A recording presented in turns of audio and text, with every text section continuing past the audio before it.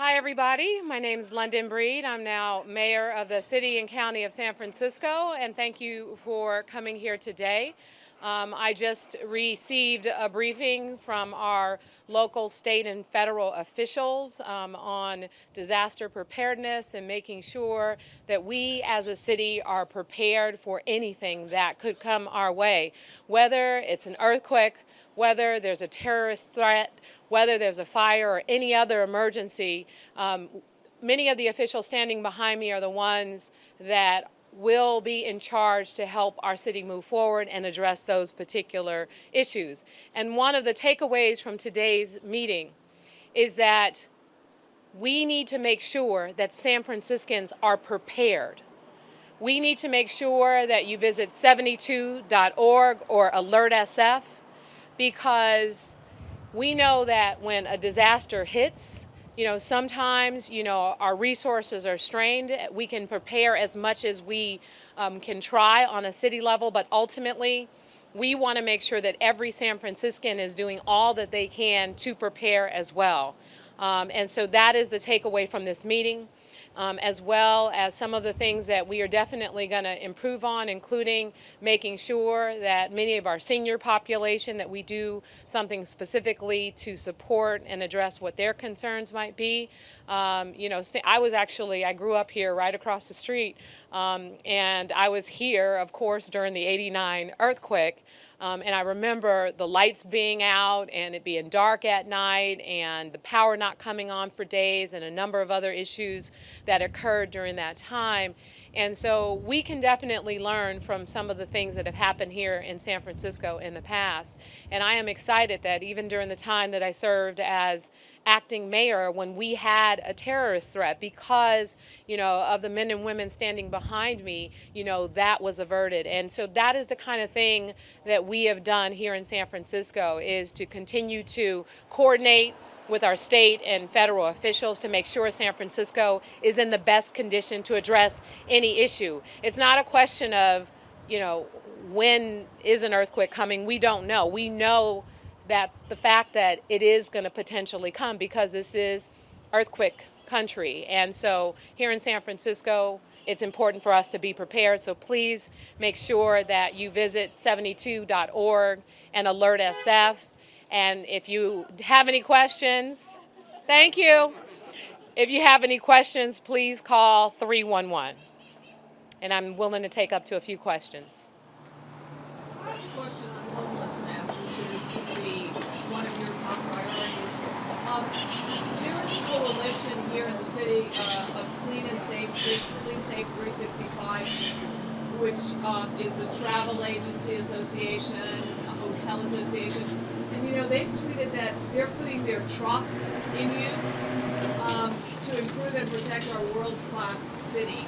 When will you meet with them, and how quickly will you tackle this situation of the needles all over our streets? So I just started yesterday at 11:43 a.m. And I've already been meeting with a number of officials, including one of the most important things that we need to do, and that is, of course, protect the public. And so having meetings and meeting with department heads, our public safety officials, and doing what's necessary to understand exactly what's happening now and making the decisions to improve on what is already happening is important in what I plan to do. It will take time. This problem that has existed in San Francisco was not created overnight. So to get to a better place, it will take time. And so I am committed to working with all of our department heads and others for the purposes of getting to a better place. I love this city. I grew up here. I want it to be a cleaner city. I want it to be a safer city for all of our residents. I'm committed to safe injection sites and to doing our conservatorship program in a way that effectively helps address the challenges of mental illness, something that we know is impacting our homeless population more than anything else, along with addiction, challenges with addiction. And so I'm committed. I started, and I'm moving forward. When we can see the results is yet to be determined, but I'm looking forward to just really pushing forward as aggressively as I can to get the job done. Just addressed and spoke about that yesterday, conservatorship and on-site and safe-site injections. What kind of pushback are you anticipating from fellow members of the board? And certainly given the ideological splits on the board, I think this may be difficult to get traction. Well, actually, I'm not sure if you're aware, but about last week or 2 weeks ago, the days are just blending right in together. I went to Sacramento with Supervisor Raphael Mandelman to support Senator Scott Wiener's bill, SB 1045, providing an additional tool for the purposes of conserving people struggling with mental illness. And so he is a supporter of SB 1045, along with other members of the Board of Supervisors. And it passed through committee unanimously. I am hopeful. I had a conversation with the governor about it. I'm hopeful that it gets through. It got through the Senate. Hopefully it'll get through the Assembly. And if the governor signs the legislation, the city would need to opt in for the purposes of using this tool here locally. And I'm feeling good about this particular legislation taking effect here in San Francisco based on the support from the Board of Supervisors. Maybe not all members of the board will support it, but I think that there's sufficient support to get it enacted here. In terms of emergency preparedness, were you just briefed, or was there discussion about ways that preparedness can be expanded or improved? And we heard our newsroom about Antoine Yeah. possibly leaving. Do you hear anything about that?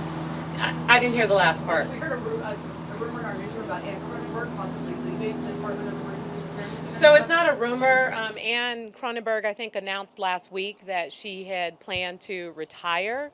And as far as briefing, yes, there was definitely a conversation about a briefing, but also, again, the recommendation around making sure that our senior population is aware or prepared or gets the kinds of resources they need to be prepared for these natural disasters, because not everyone's on the internet, not everyone has access to a cell phone, so we have to remember that we do have a vulnerable population here, and we need to make sure there's another system to outreach to them.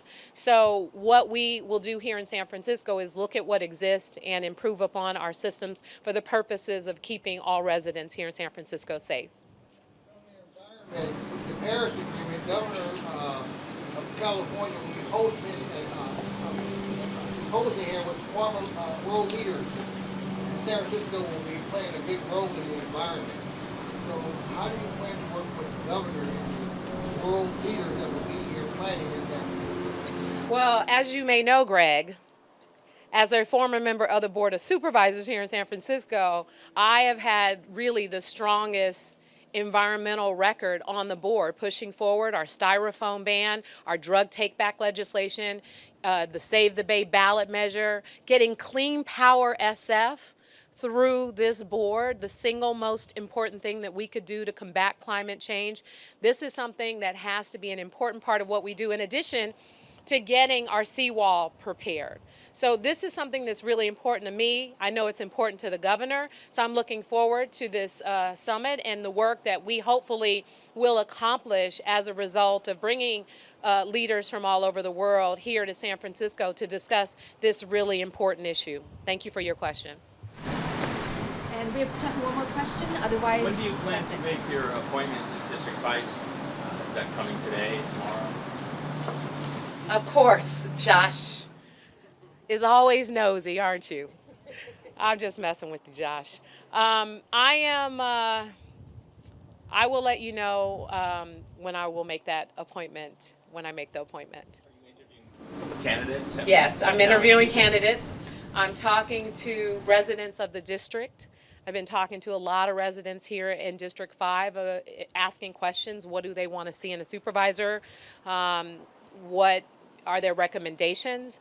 I've gotten a lot of emails. I've gotten a lot of phone calls. And so we're still working our way through the process. I mean, this is my home. This is, an amazing community of people who have come together and have been through a lot. And I want to make sure that they have, the best person possible to be the supervisor, someone who is not focused on politics, but who is focused on the people of this district. That's going to be so important. And someone, of course, that I can work with on the board for the purposes of continuing to do many of the things that we started here when I served as supervisor.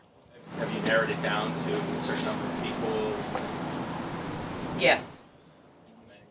I'm not going to tell you that. All right. Thank you. Thank you. That's all the time we have. Thank you. Thank you.